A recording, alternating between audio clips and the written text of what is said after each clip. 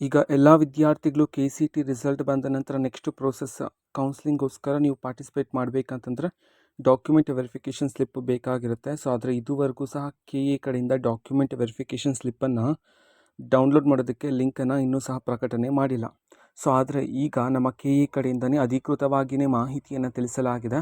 So document verification ಸ್ಲಿಪ್ಪನ್ನು ಯಾವಾಗ ಬಿಡುಗಡೆ ಮಾಡಲಾಗುತ್ತೆ, ನೀವು ಯಾವಾಗ ಡೌನ್ಲೋಡ್ ಮಾಡ್ಕೋಬೋದು ಆ್ಯಂಡ್ ಅಂತ ಹೇಳಿ. ಸೊ ವಿಡಿಯೋವನ್ನು ಸ್ಟಾರ್ಟ್ ಮಾಡ್ತೀನಿ. ಅದಕ್ಕಿಂತ ಮೊದಲು ನೀವಿನ್ನೂ ನಮ್ಮ ಚಾನೆಲ್ಗೆ ಸಬ್ಸ್ಕ್ರೈಬ್ ಮಾಡದೇ ಇದ್ದರೆ ಈ ಕೂಡಲೇ ಚಾನೆಲ್ಗೆ ಸಬ್ಸ್ಕ್ರೈಬ್ ಮಾಡ್ಕೊಳ್ಳಿ ಮತ್ತು ಲೈಕ್ ಮಾಡಿ. ಈಗ ನಾವು ಇನ್ಫಾರ್ಮೇಷನ್ನ ತಿಳ್ಕೊತಾ ಹೋಗೋಣ. ಹೌದು, KCT ವಿದ್ಯಾರ್ಥಿಗಳ ಡಾಕ್ಯುಮೆಂಟ್ ವೆರಿಫಿಕೇಷನಲ್ಲಿ ಏನೇನಿರುತ್ತೆ, ಸೊ ಏನೆಲ್ಲ ಮಾಹಿತಿಗಳನ್ನು ನೀವು ಚೆಕ್ಔಟ್ ಮಾಡ್ಕೋಬೇಕು ಅಂತ ಹೇಳಿ ಈಗಾಗಲೇ ವಿಡಿಯೋ ಮಾಡಿ ತಿಳಿಸಲಾಗಿದೆ. ವಿದ್ಯಾರ್ಥಿಗಳು ನೋಡಿಲ್ಲ ಅಂತಂದರೆ ಸೊ ಚಾನಲಲ್ಲಿ ವಿಡಿಯೋ ಇರುತ್ತೆ, ನೀವು ನೋಡಿ ತಿಳ್ಕೊಬೋದಾಗಿರುತ್ತೆ.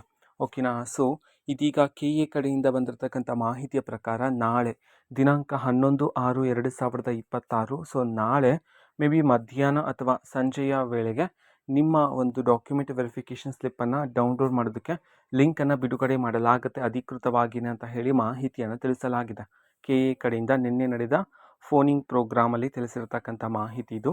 ಸೊ ಆ ಕಾರಣದಿಂದಾಗಿ ಸೊ ವಿದ್ಯಾರ್ಥಿಗಳಿಗೆ ನಾಳೆ ನಿಮಗೆ ಡಾಕ್ಯುಮೆಂಟ್ ವೆರಿಫಿಕೇಷನ್ ಸ್ಲಿಪ್ಪನ್ನಾದರೆ ಬಿಡುಗಡೆ ಮಾಡಲಾಗುತ್ತೆ.